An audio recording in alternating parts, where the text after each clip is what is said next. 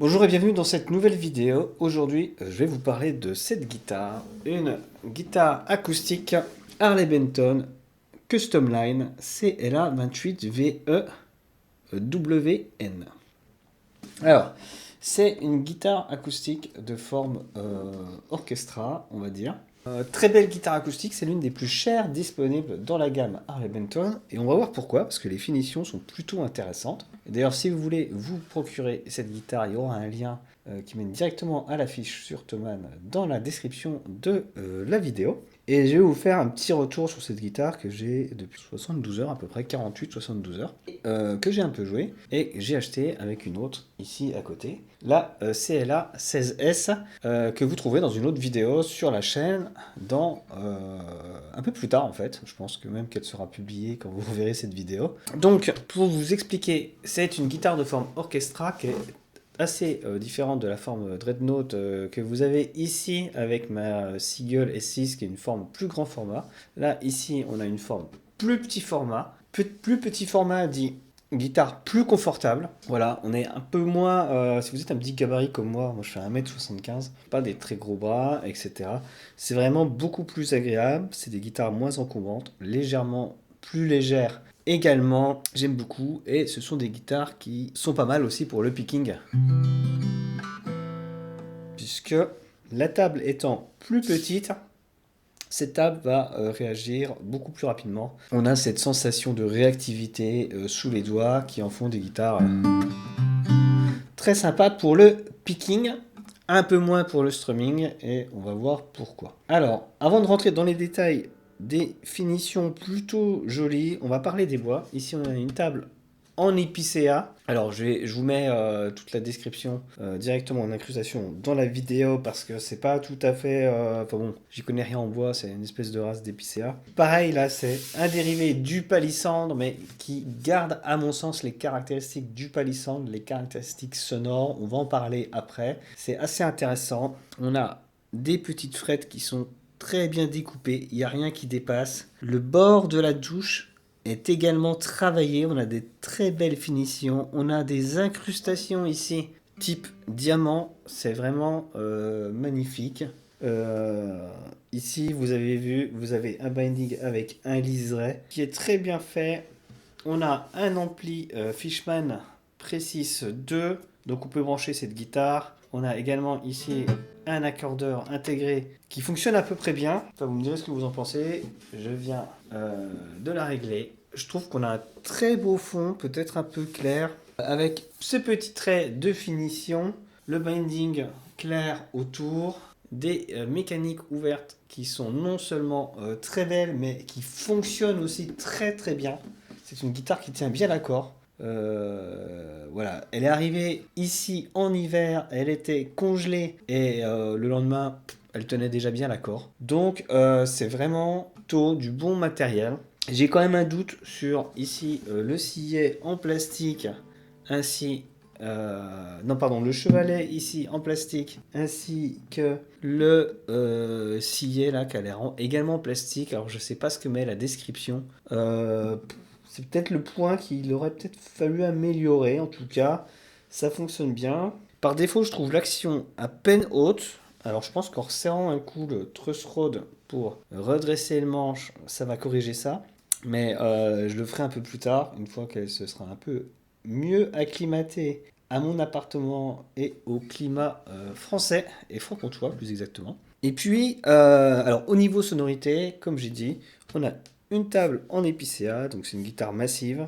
Ça veut dire qu'on n'a pas de bois laminé.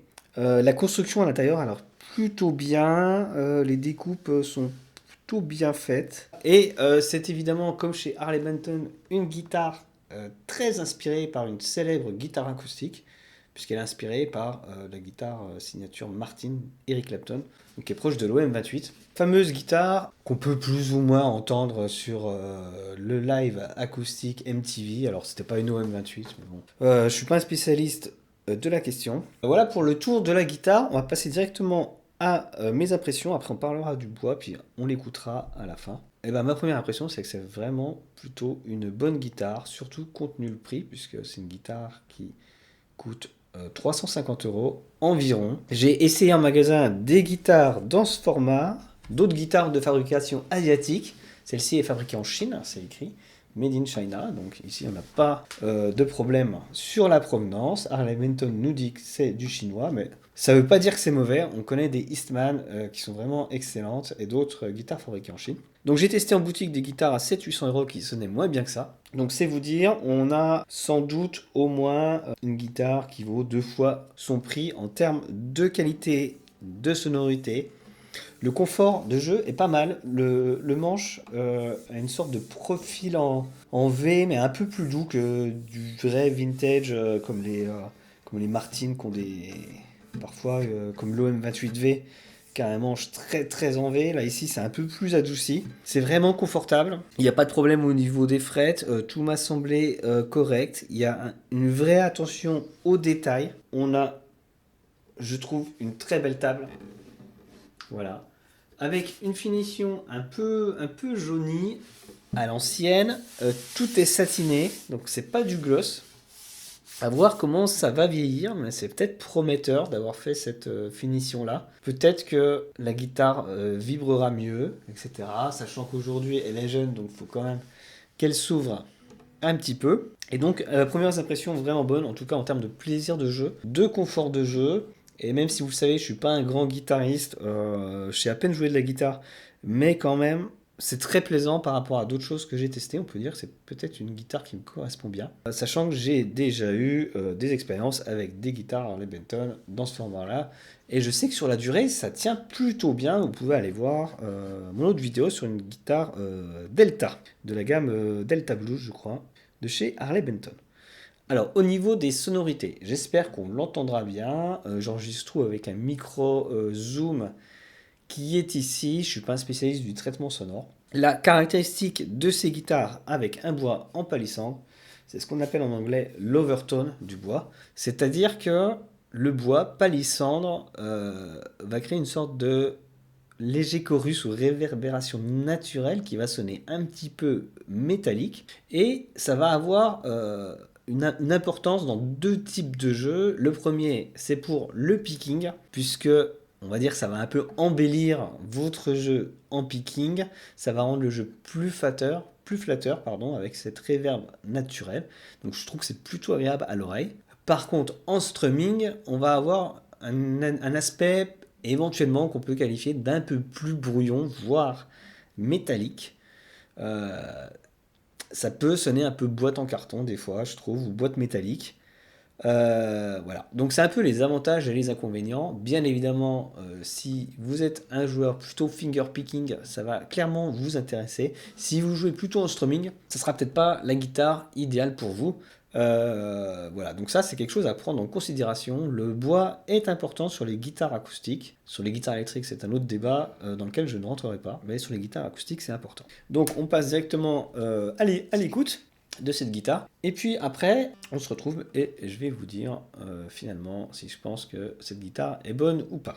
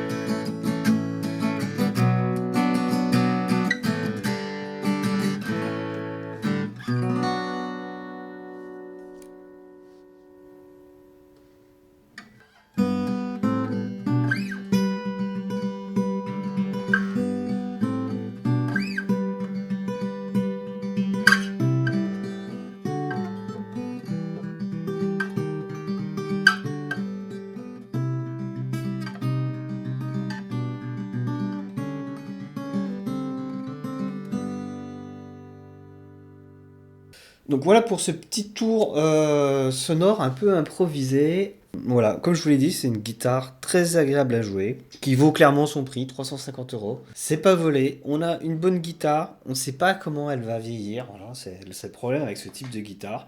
On les achète. En tout cas, elle est vraiment belle. J'apprécie vraiment les mécaniques qui fonctionnent très bien, qui sont très progressives. J'ai l'impression que les cordes qui sont montées dessus sont pas trop mauvaises, mais je les remplacerai quand même assez rapidement. C'est une guitare qui demande à être beaucoup jouée. Elle a besoin de vibrer, de s'ouvrir clairement. Et je sens quand même un excellent potentiel avec cette guitare. Au niveau du manche, voilà, le travail est vraiment excellent. J'ai aucun problème avec ça. Et pour moi, c'est vraiment une excellente guitare. Alors, j'ai joué un peu, enfin un équivalent chez Martin. Ça n'a clairement rien à voir. Vous n'avez pas une Martin à 350 euros. Vous avez une guitare qui, comment dire, qui vous donne un aperçu. C'est un petit apéritif de ce qu'est une vraie Martin. Ça peut être une sorte d'amuse-bouche pour patienter avant le vrai repas qui serait de vous offrir une belle Martine à plusieurs milliers d'euros. En tout cas, c'est un bel instrument. Euh, je compte l'utiliser essentiellement pour le travail et partout et jouer en concert avec, sur scène, si l'occasion se présente. Et c'est pour ça que je l'ai pris, voilà, pour 350 euros. C'est un instrument qui va pas craindre grand chose et qui promet également plus tard d'offrir de belles sonorités une fois qu'il aura été joué suffisamment. Donc n'hésitez pas à me laisser un commentaire et allez voir les liens dans la description si vous voulez aller voir cette guitare chez Thomann. Ciao.